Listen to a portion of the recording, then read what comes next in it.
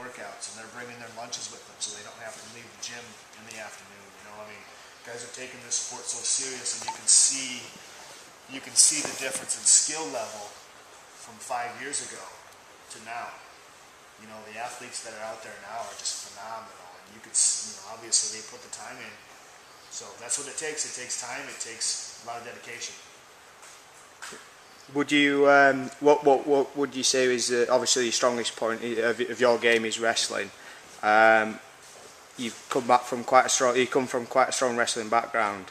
Someone who's maybe sort of not got that same background, how often would you ask them to train in wrestling? Just, you know, is it that key of a skill now in mixed martial arts that you should really be training that? I think it's just as key as any other part of this game. I'd actually say wrestling's probably more of a key, just because wrestling, I think it benefits you in every situation, whether it be stand up or ground, top or bottom. Wrestlers are very hard to hold down. Wrestlers are impossible to get off of you if they're on top of you. They're hard to take down. They're hard to defend takedowns against, you know, so wrestling's pretty key, you know. I'd say as far as wrestling goes, you know, work it just like you work anything else.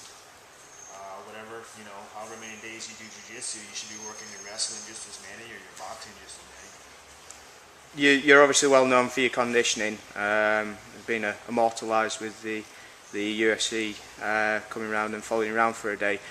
What's your split between skill and conditioning and sparring? Well, everything I do is conditioning. When I'm sparring, that's conditioning. That's a great conditioning workout. My heart rate gets up to 190, maybe 195. That's max for me. Max for me is, you know, around 192. That's the highest, you know, the highest I've ever had in my heart rate was actually 192. That's when I was doing bleachers. I was doing bleacher sprints. Got up to 192. So I wear my heart rate monitor for everything I do except for grappling.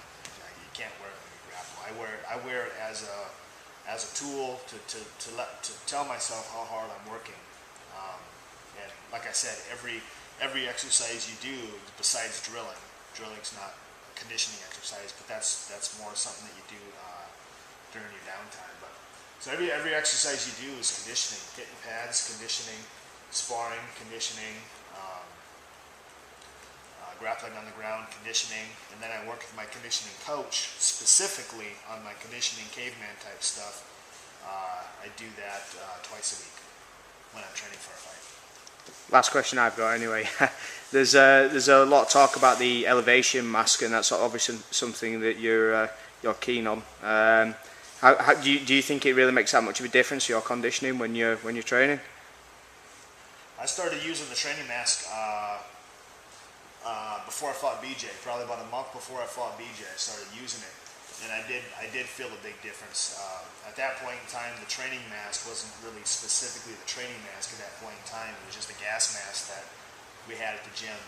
My conditioning was so good that I had to always try to find ways to push it, and constantly make it better and tire me out. So yeah, we threw that on me and put me through a workout, and I got tired for sure. So ever since that point in time, it's been a mainstay in my training camp. Ever since 2007, that was 2008. So everything since 2008, the training mask has been a mainstay in my training camps. So I swear by it. I wouldn't use it if it didn't work. You know, as a professional fighter, we do things that work only. We don't have time to do things that don't work. So. Excellent. Has anyone got any other questions? You said about training over 12 hours a day. I wasn't specifically training 12 hours a day. I would do a good intense 1 hour workout. I'd have a 3 hour break, and then I'd do another intense 1 hour, have a 2 hour break, and then, you know, so on and so forth. But yeah, during those breaks, I would have specific meals waiting for me. What would you say would be your best recovery meal for in between? Recovery meal? Yeah. First thing I always do, is either baby food. I got that sitting on the waiting for me all the time. It's actually in my hotel room right now, as a matter of fact. Like I eat that stuff all the time. People think I'm nuts, but it's like, you know, I mean, it's super fast energy. It's already broke down for you. You know, so you drink it and it's instant energy. You know, it's like drinking a liquid multivitamin or something. So it's fast energy. So I do that. And then I always do a protein drink with oatmeal and raw oatmeal and bananas. I keep a blender at the gym too. So that's usually the first thing I do when I'm done training. And then I'll actually sit down and eat my real food. You know, fish and broccoli and all that stuff. But you know, when you're working out 3 times a day, you want to have enough energy to get yourself through that second workout. Solid food takes a lot of time to digest and get into the body and start working as energy. So you drink the baby food, boom boom, that's a liquid, gets in your body immediately. Then you do the protein drinks with the ground up oatmeal and bananas, so that gets into your body immediately and starts providing energy within 45 minutes, half hour probably. How many calories and how much protein would you say you have in a standard training day? My protein, well, I do protein 2 or 3 times, probably twice a day, maybe 3 times a day. How much protein do I get?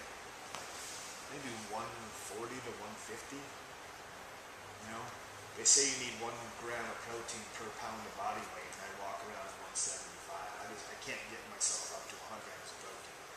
That's too much. I feel like if I get too much, I myself feel like it actually slows me down a little bit, because protein's a little harder to digest. Plus, it's not really good for your kidneys and all that stuff. You know, because the kidney, whatever you put in your body, your kidneys got to digest it. It's got to work with it and break it down. So I give it maybe 140, 150. I eat a lot of fish and chicken too, though. You know? So a lot of it comes from that. Here we have Sean Sherk at Full and Kazan in Bradford. First of all, Sean, thank you for an excellent session today. Really enjoyed it. All the guys were buzzing after the session. I understand you got a trip over to Grimsby, and then you've got another 8 seminars after that. I got 7 seminars remaining on the tour here. So yeah, I had a great time. You know, guys here were real eager to learn, and everyone was smiling and happy. So that makes my job a lot easier. So I appreciate that for sure. Excellent. Anything you want to mention? Any fights? Any products you're coming out with soon? I've got no fights scheduled right now. I've been hitting the seminar tour real hard. I've been doing a lot of stuff with Training Mask, my training product right now, which is just killing it in the UK.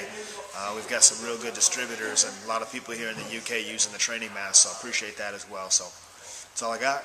Excellent. Thanks a lot for that today, Sean. I hopefully people will take advantage of you coming over to the UK, and if not, we'll hopefully kick their ass when we face them in a fight. For sure. Cheers. Thanks, Sean.